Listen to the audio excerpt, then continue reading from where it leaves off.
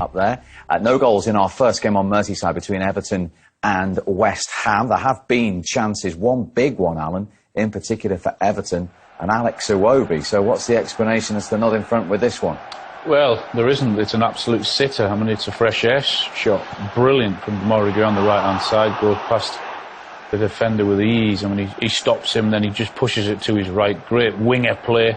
And then we highlighted it beforehand, the simplicity is to get the ball into the box, and he's done his job, but Iwobi just completely misses it, and it's an absolute sitter. This time it's Townsend on the right-hand side. He then hangs it up for Decore, who attacks it well in the box, but you just can't get that header on target. And that's another big opportunity for Everton. Despite them only having 31% possession at home, they have created two of the better chances. And West Ham had the ball in the back of the net, Tim, but rightly ruled out.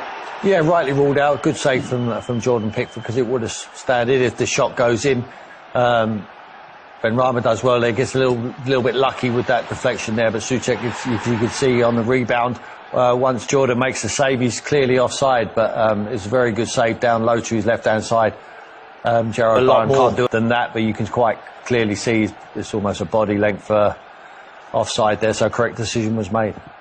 I think West Ham, despite having all that possession and looked comfortable in doing it, they'll be slightly disappointed that they haven't put the ball in the back of the net, and they haven't really created that many chances. We highlighted there all the possession that West Ham had, but it's been the better two chances have fallen to the home side Everton. Yeah, and you made a point about Everton's style before the game.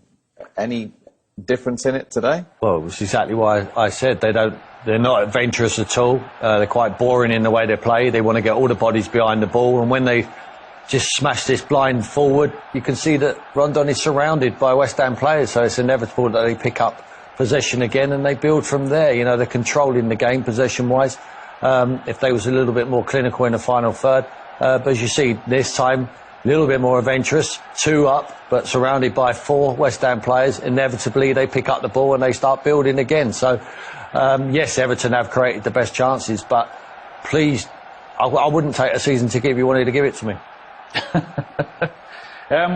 Yeah, I think that's the one thing that, or one of the things that Rafa will be saying in the dressing room at half-time is they've got to get players closer to Rondon, because when they are getting numbers behind the ball and defending deep, and I think they're doing that reasonably well, what they're missing out on is that when they get the ball, they've actually got no one to hit. They're looking up and they're seeing Rondon and seeing him surrounded by 3 or 4 West Ham players. So they've got to try and get Townsend and Gray and Decore, when they get the ball, to get up there a little bit more often in and around him to pick up those pieces. Yeah, 69% possession for the away side. It's not unusual for a team going to Everton. 310 passes, total passes to 137. I mean, the stats are there for everyone to see, but like I said at the beginning of the show, if they win the football match, the fans will stick with them.